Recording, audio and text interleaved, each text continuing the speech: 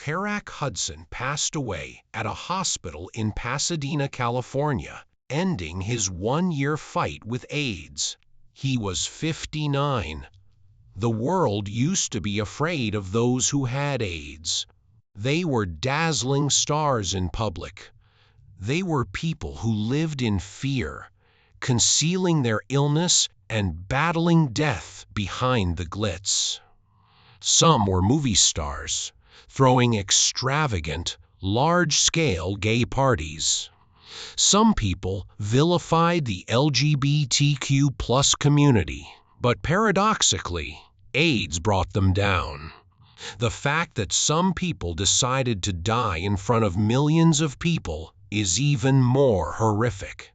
Actors, singers, politicians, and Broadway luminaries are among the 20 names on this list. They caused the world to lament their death, and it was even more tragic when they passed away from a sickness that the world had previously disapproved of. Music. Anthony Perkins, the murderer who never experienced his real life. The most famous murderer in movie history is Anthony Perkins, who plays Music, Norman Bates in Psycho. However, few are aware that Perkins's music was so tormented by this position that it nearly reflected his real life as a guy hiding behind a flawless mask. Anthony was Music, destined to be a star since he was born with artistic blood. Women loved his second movie, Heartthrob Roles, which was nominated for an Oscar and even became a success on the Billboard music charts. Anthony was gay off-screen, but he was not permitted to acknowledge it. He and his boyfriend, actor Tab Hunter, had to live in constant fear during the 1950s. Even planned false dates were captured in the photos. In order to conceal their love, the two guys would sit next to each other at a movie theater while holding hands with their makeshift girlfriends. However, his fixation with being a man dominated his entire existence. In an attempt to rid himself of his attraction to men, he engaged in conversion treatment and even married photographer Barry Berenson. Death struck again in the late 1980s. The devastating aspect was that he found out he had HIV from a tabloid newspaper rather than a medical professional. There was more tragedy. Music.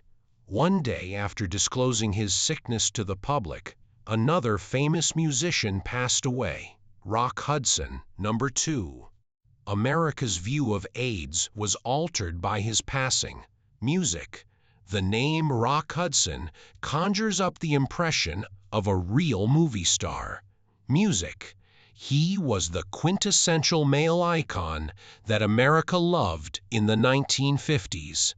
However, few were aware that his glitzy life was a masterfully constructed drama. Hudson swiftly rose to fame on the A-list thanks to his stunning, beautiful looks. But he lived in constant anxiety behind the spotlight. He was gay. Hudson was compelled to conceal his actual music identity in a time when a single rumor might ruin a career.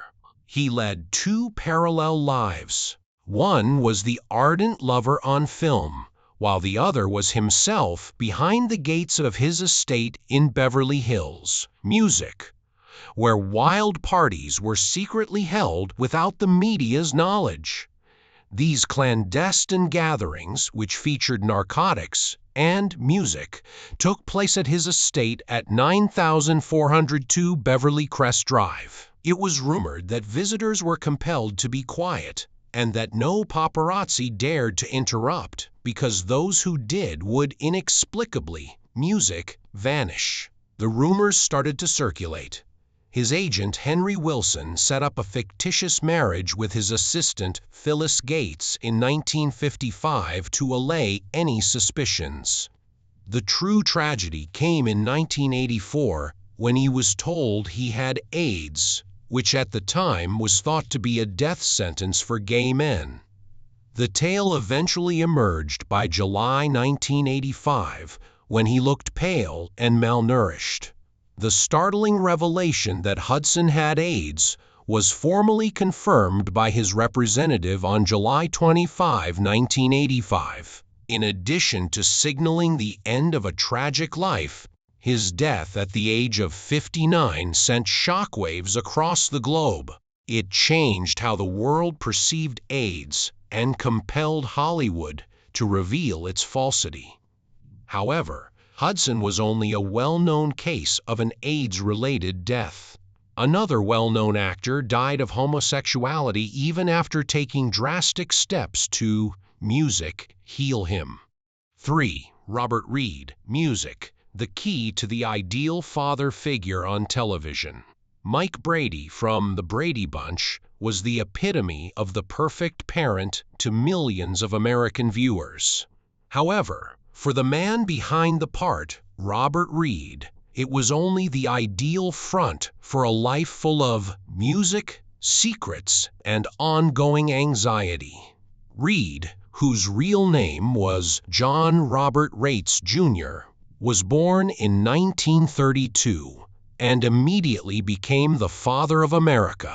But despite the nation's admiration for him as the perfect man, Reed was engaged in a covert conflict.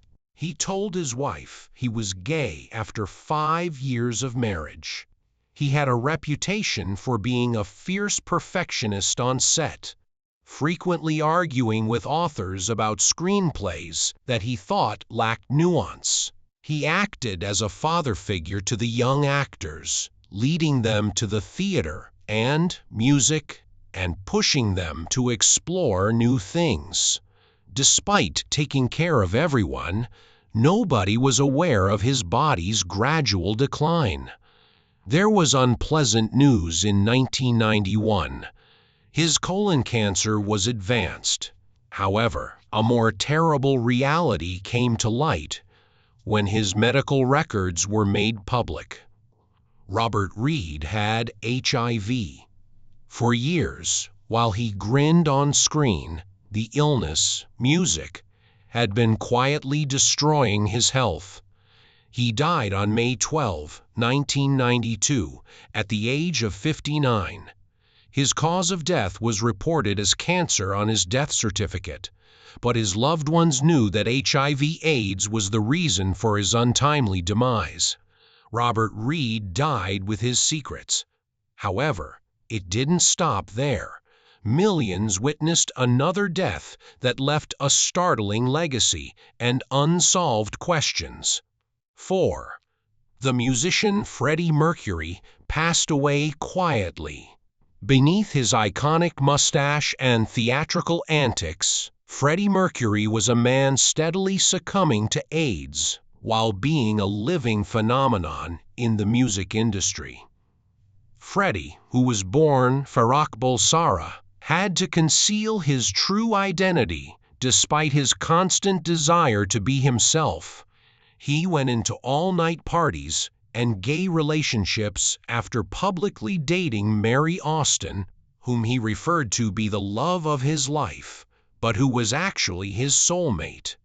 The suffering of this time served as the inspiration for his classic songs. Freddie was devastated to learn he was HIV positive in 1987.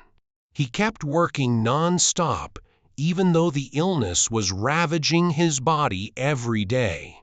This is when the song "The Show Must Go On" originated, a strong statement from a man battling music, his destiny, not simply a song. After years of concealment, Freddie revealed his AIDS diagnosis to the world on November 23, 1991. And he died within 24 hours. After Freddie passed away in 1991, Mary Austin inherited much of his property, including the well-known Garden Lodge house. The end did not come with Freddie's passing. He transformed it into a farewell performance that served as a poignant reminder of the century's greatest illness. Following his death, the Mercury Phoenix Trust, Music, was established to carry on the battle against AIDS, turning grief and suffering into purposeful action and creating a lasting legacy for all of humanity. The end did not come with Freddie Mercury's passing. Another story is about a man who had to keep up a flawless facade all of his life, and only his closest loved ones knew the heartbreaking truth. 5. Ed Koh, the Secret and the Iron Mayor of New York. For over 10 years, Ed Koh became an icon of New York, and no one dared to say music with his renowned greeting, "How am I doing?" However, the public didn't find out about the secret hidden behind the smiles on his campaign posters until after his passing.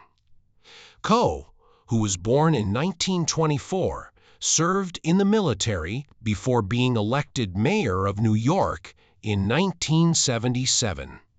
The city was then dealing with a soaring crime rate and a dwindling budget.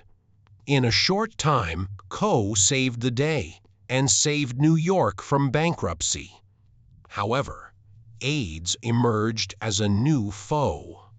Thousands of people died as a result of the rapid spread of the virus, particularly among LGBT people. Koh's shining image started to crumble at this point. He was accused by campaigners, most notably Larry Kramer, of music, responding slowly, and of letting homosexual men perish. Long-standing allegations that Ed Koh was gay served as fuel for the backlash. Koh never said anything beyond, "My private life is my private business." To many, this music silence was evidence of a generation of politicians who preferred to keep their power by living in the music closet out of fear of being revealed. Koh's close buddy, Charles Kaiser, did not come out as gay until after his death, music, in 2013. Many felt that Koh did too little, too late in the fight against AIDS, even though he signed an order to forbid discrimination in music against gay people.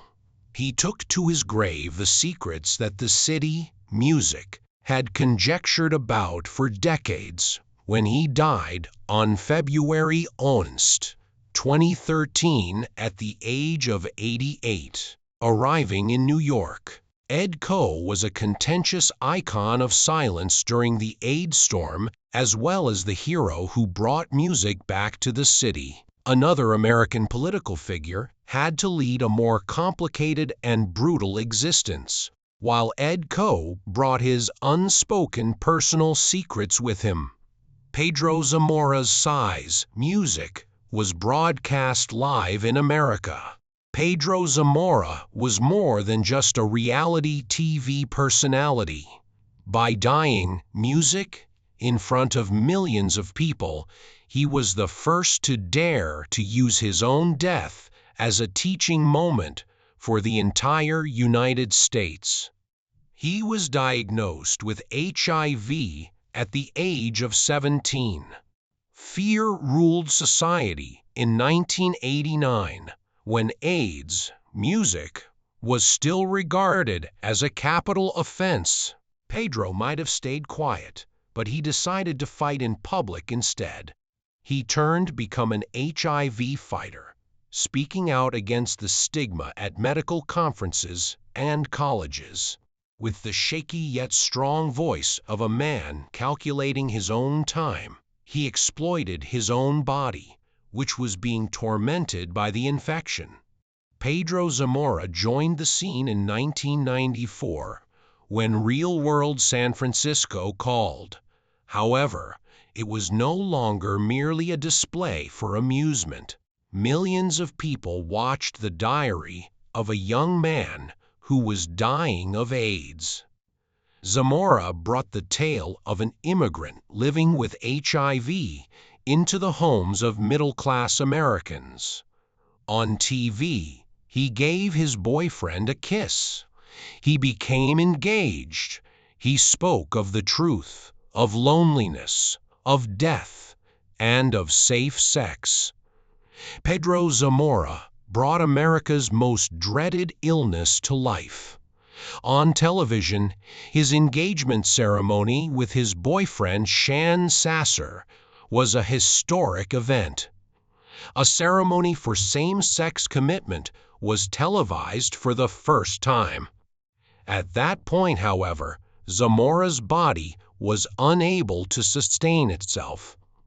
His brain was ravaged by the illness, making it impossible for him to read, move, or even recall his friends' names. Pedro Zamora passed away at the age of 22 on November 11, 1994. Music. A few hours after The Real World's last episode, America had watched his life, his love, his battle, and his death on television. The death of Pedro Zamora in front of millions of people sparked a new narrative. This one about a strong man who dared not share his secrets. Music. 7. Steve Rubel, the King of Darkness in New York, and the fallout from the light he produced. Music. If there was ever a venue in American history where fame, power, sex, and drugs all blended together like a raging electrical storm, it was Studio 54, and Steve, Music, Rubel was the guy behind it. No one could have predicted that a finance student, Music, from a poor Brooklyn background would soon become associated with debauchery. Rubel and his friend Ian Schreiger transformed an empty warehouse into Studio Music 54, a haven of anarchy teeming with drugs and vices, following a string of mundane jobs. The ruler of that, Music, realm was Steve Rubel. He used a guest casting policy to keep things under control. Studio 54 was a lavish paradise for those he selected, but its doors were never open to anyone who weren't pretty enough. Every night was a fantastic show. Mick Jagger dancing in sunglasses while nude, Liza Minnelli kissing a stranger on the dance floor, and Andy Warhol snorting drugs in the restroom. However, all parties must come to an end. When the IRS raided Studio 54 in December 1978, they discovered more than $2 million in cash concealed in the ceiling and savings. Rubel was accused with money laundering and tax evasion fraud. Rubel was sentenced to 3.5 years in prison and was cut off from his empire after his once cocky statement, "We make more money than the mafia," was used as evidence against him in court.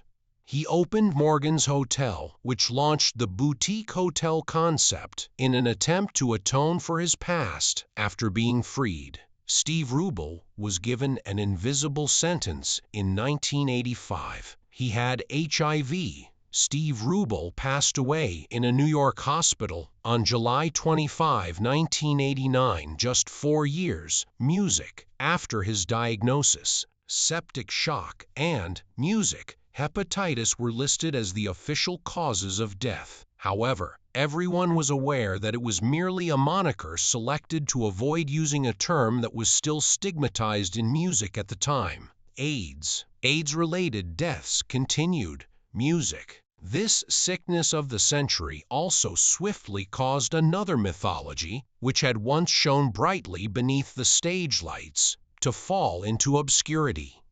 8. The most vicious figure in American politics is Roy Cohn. Even now, even 40 years after his passing, Roy Khan still makes many people shudder. He was born in 1927, gained prominence swiftly, and soon established himself as one of the most vicious figures in American politics. At the age of 23, Roy Khan joined Senator Joseph McCarthy as an advisor and was instrumental in Julius and Ethel Rosenberg's death. Khan participated in the Lavender Scare, a similar effort to exclude LGBTQ+ individuals from government during the Red Scare era. Khan was surrounded by rumors about his actual sexual orientation throughout his life, which was ironic. His intimate bond with David Shine, his aide, became well known in the media. Khan, however, consistently refuted the allegations and publicly denigrated and ridiculed those who were weak for being authentic. Khan didn't vanish after leaving Washington. Instead, he rebranded himself as a dubious attorney who represented mafia lords and well-known figures like Donald Trump. Things changed in 1984. Khan refused to accept his HIV diagnosis until the very end. He told the media that he had liver cancer. He kept up the appearance of an unbeatable warrior while his body deteriorated, never acknowledging the reality. Roy Khan passed away in August 1986 at the age of 59, leaving behind a tragic paradox. The very illness linked to that community claimed the life of the man who assisted in the persecution of gay music people. It wasn't only Roy Khan, music. Another man established a world of excess in his private life that would finally lead to his unavoidable demise. 9. Joel Crothers, the TV prince forgotten by the world. Joel Crothers was a familiar face on American small screens, music. With his handsome looks and acting talent, he became an ideal image for millions of viewers through popular TV series like Dark Shadows and Somerset. However, behind the spotlight, Crothers lived a completely different life.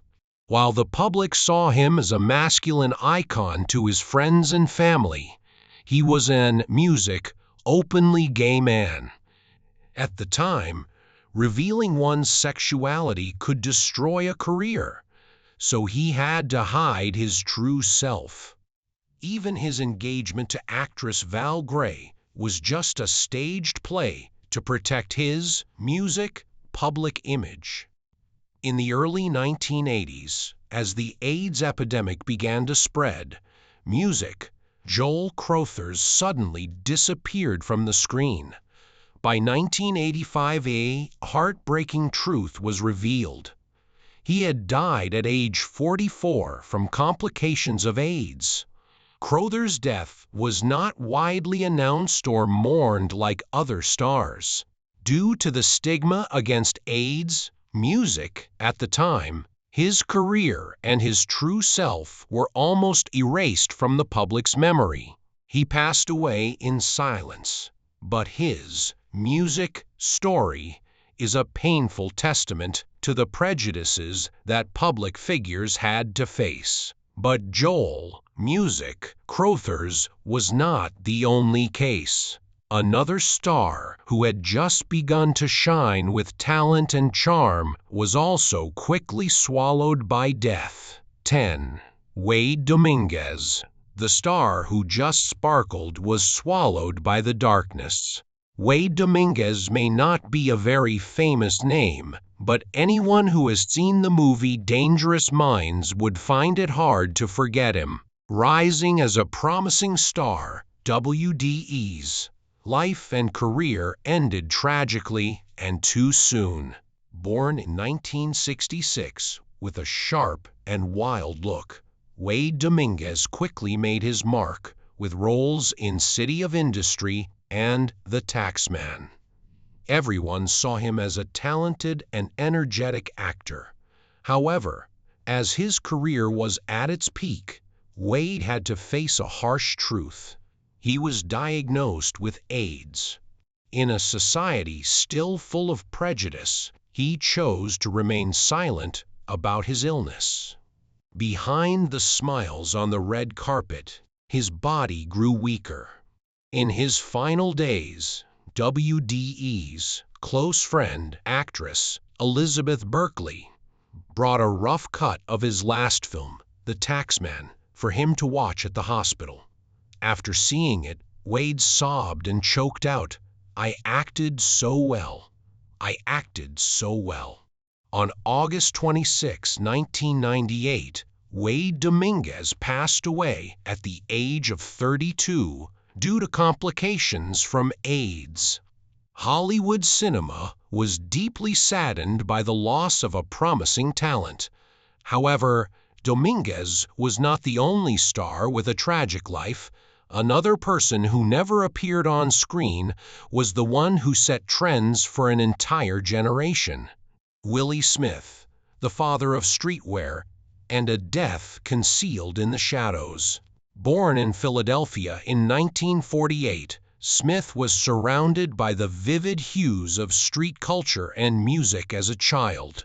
He was more than just a designer. He was a man who transformed the idea of fashion, believing that elegant clothing was for everyone, not just the wealthy.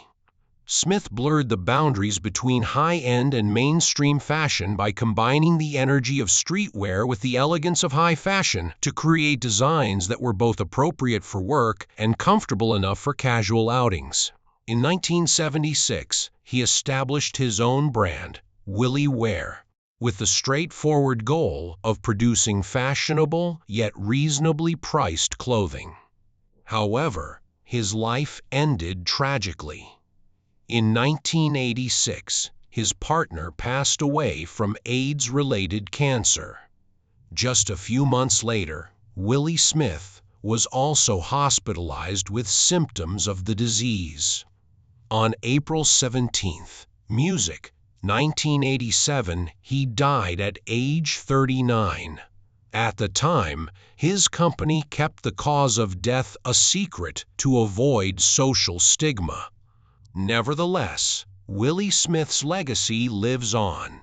He proved that fashion is for everyone, and this very idea made him a legend.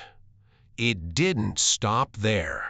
There was another man with a brilliant career filled with impressive supporting roles who died in an unexpected way. 12. Denholm Elliott. The gentleman of supporting roles and A Secret Taken, music, to the grave. Denholm Elliott was the kind of actor whose name you might not remember, but whose face you definitely couldn't forget. He appeared in over 125 films, always on the edge of the frame. Yet, he captured everyone's attention. Born in London in 1922, Elliott survived 3 years as a prisoner of war. That experience forged him into a strong and instinctive man, qualities that would later help him immensely in his acting. After the war, Elliott became one of England's most beloved supporting actors. He played the bumbling Marcus Brody in Indiana Jones, the wise Coleman in Trading Places, music, and the warm Mr. Emerson in A Room with a View. Music, however, behind his illustrious career, he had to hide a secret. He was bisexual.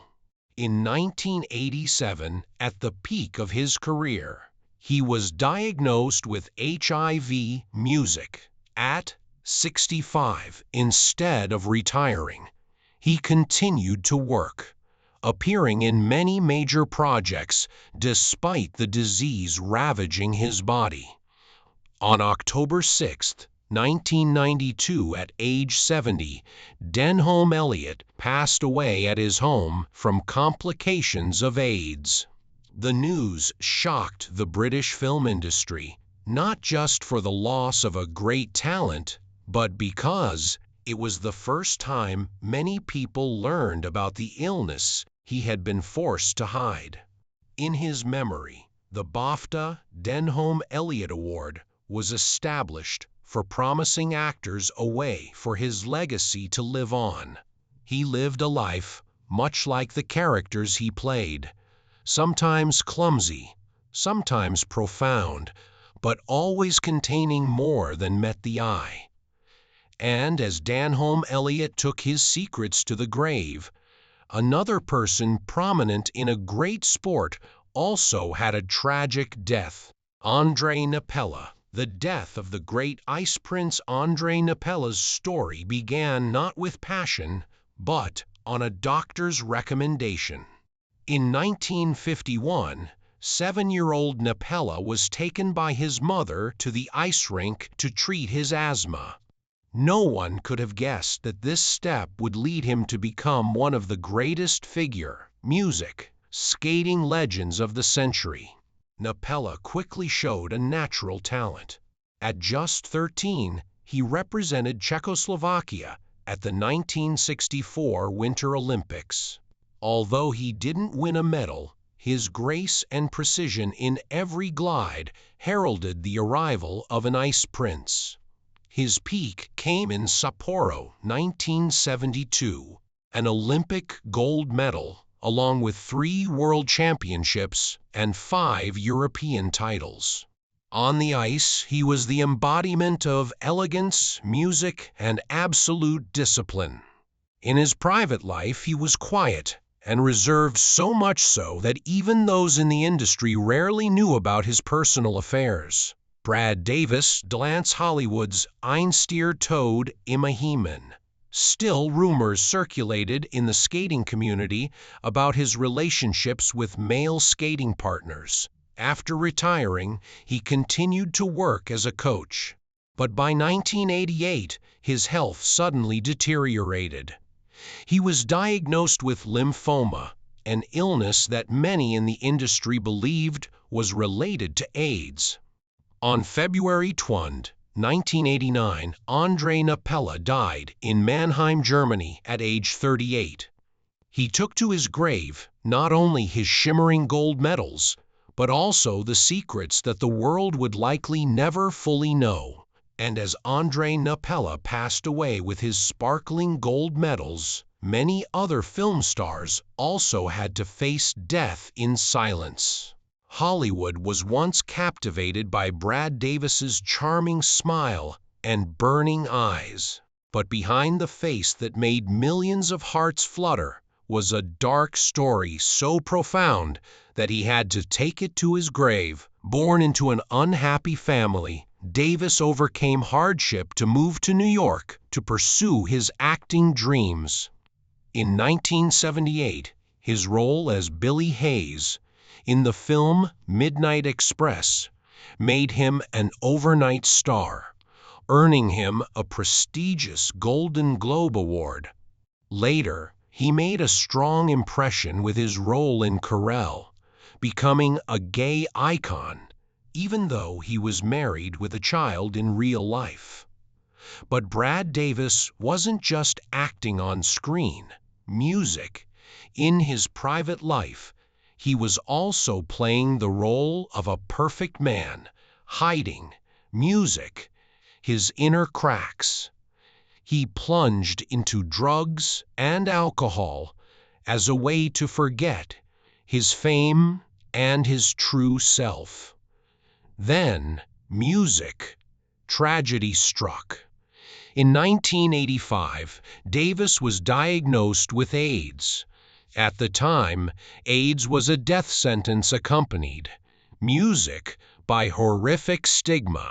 He kept the truth a secret, only telling a few of his closest loved ones. For 6 years, Davis, continued to act while silently fighting the disease as his body gradually wasted away.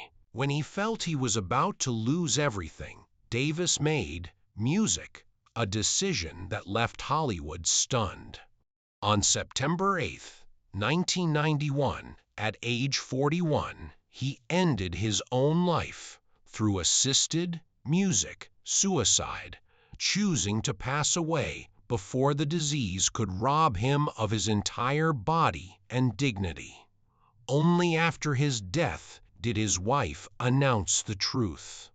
The book she wrote laid bare the image of a star who once conquered the world, but had to live and die in such pain.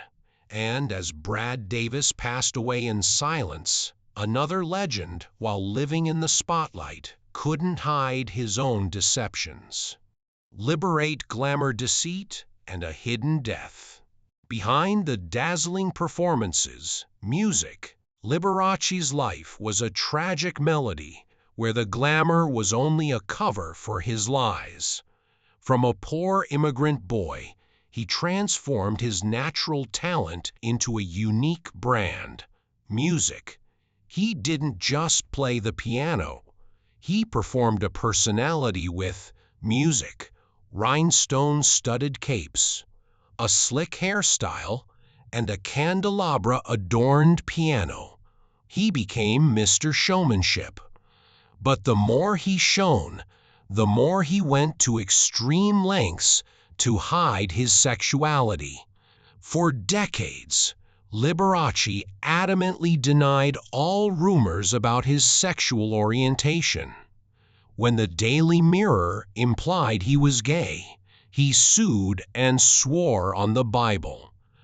"I am not a homosexual and have never had homosexual relations." Backstage, Liberace lived like a hidden emperor. He had a 5-year relationship with Scott Thorson, a chauffeur, but the affair ended in endless chaos. In 1982, Thorson sued him for a massive amount of money, revealing shocking details like how he pressured Thorson to have plastic surgery to look like him when he was younger. In the mid-1980s, as the AIDS epidemic raged, Liberace's health visibly declined.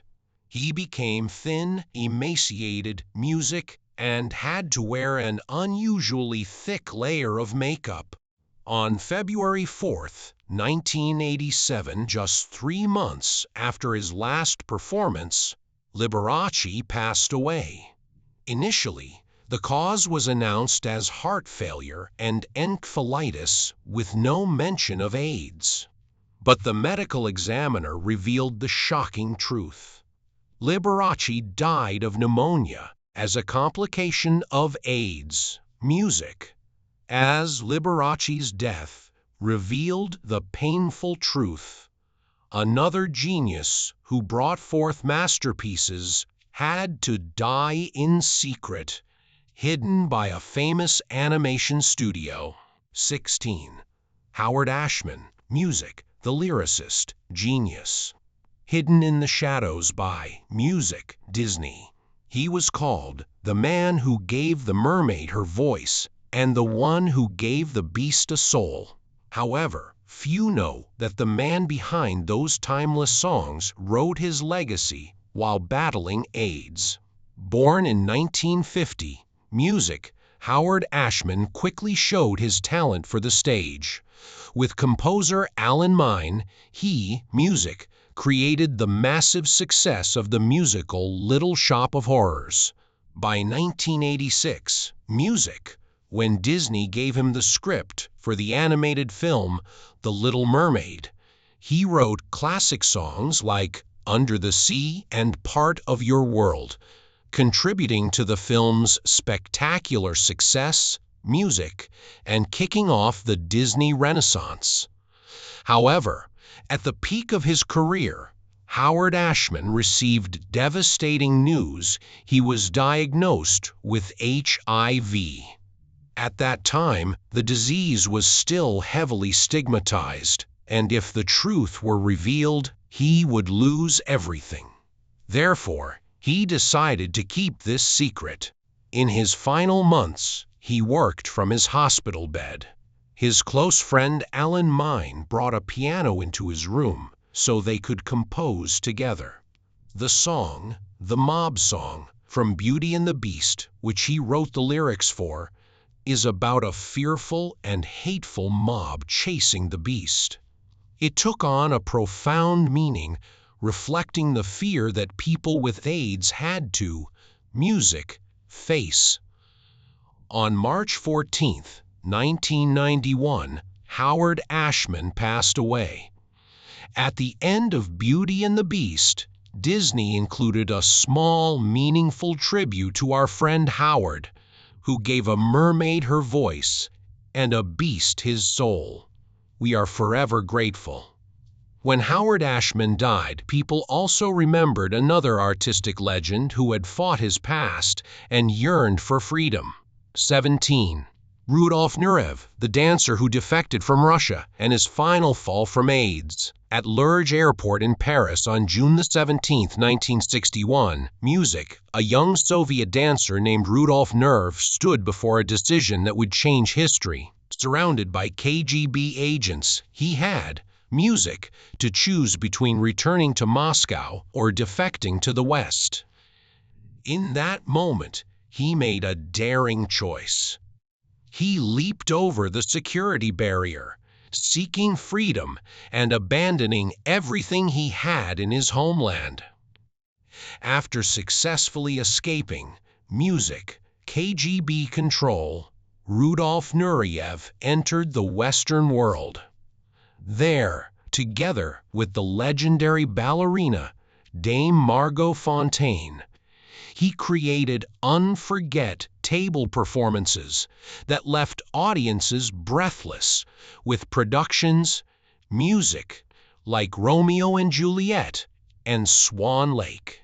He breathed new life into classical ballet, blurring gender boundaries in his roles and bringing male dancers to the center of the stage. Offstage, Nureyev lived the life of an exile, indulging in lavish parties and affairs with powerful people. In the late 1980s, rumors spread Nureyev had AIDS. Music, on January 6, 1993, Rudolf Nureyev passed. Music, away at age 54. To honor him, the Opéra de Paris hung a giant black curtain. Many believed that Nureyev's death was not an end, but a final leap out of this world, just as he had leaped out of the Soviet Union 3 decades earlier. When Rudolf Nureyev died of AIDS, people also remembered another star who, once brilliant on stage, also faded into oblivion as death approached. 18. Paul Shinar. The death of a stage genius, forgotten by the world. Paul Shinar may not be a household name to the general public, music, but to those who loved the theater, he was a legend. He later moved to film and made a strong impression with his role as the drug lord Alejandro Sosa in the 1983 film Scarface. The portrayal of that cold, ruthless, yet captivating man was not just acting. It was the true nature of Paul Shinar, a man who was all too familiar with living a double life. In his personal life, Paul Shinar was gay. In the 70s and 80s of Hollywood, this was a secret that could not be revealed. He was forced to live in silence to protect his career in a disciplined solitude. Music. It was rumored that he had a 5-year relationship with actor Jeremy Brett, and that the two lived and loved each other in secret. At the peak of his career, Paul Shinar was diagnosed with HIV. He continued to work and appear on stage, but his body slowly wasted away. No one knew what pain he endured, and music. No one dared to ask. Then one day, he suddenly disappeared. On October 11, 1989, Paul Shinar died at the age of 53 from complications of AIDS. Paul Shinar did not die from the disease itself, but from the silence and stigma of an industry that forced him to hide until there was no longer a chance to be music seen. Paul Shinar was not the only tragic case. There was an artist who, despite music, creating images full of emotion, passed away just as the world began to understand his messages. 19. Keith Haring, the man who drew crying figures and died just as the world began to understand him. Keith Haring was more than just an artist. He was seen as a burning heart among the concrete walls of a New York City decaying from indifference and stigma. Born in Pennsylvania in 1958, Keith grew up with colorful drawings. When he moved to New York, he drew vibrant images on subway walls and abandoned walls, places where the poor, gay, and people of color lived. He used white chalk to draw on billboards, turning every subway train into a mobile gallery, bringing art to people who would never step foot in a museum. When the world started to pay attention, Keith didn't back down. He used his drawings to attack social issues, music, racial discrimination, gender stigma, and especially the deadly silence, music, surrounding the AIDS epidemic. In 1987, Keith tested positive for HIV. His drawings began to crack, become hollow, and overlap like corpses. His artworks became agonizing, fierce, and music filled with red, the color of warning. Instead of collapsing, Keith founded the Keith Haring Foundation to support people living with HIV/AIDS.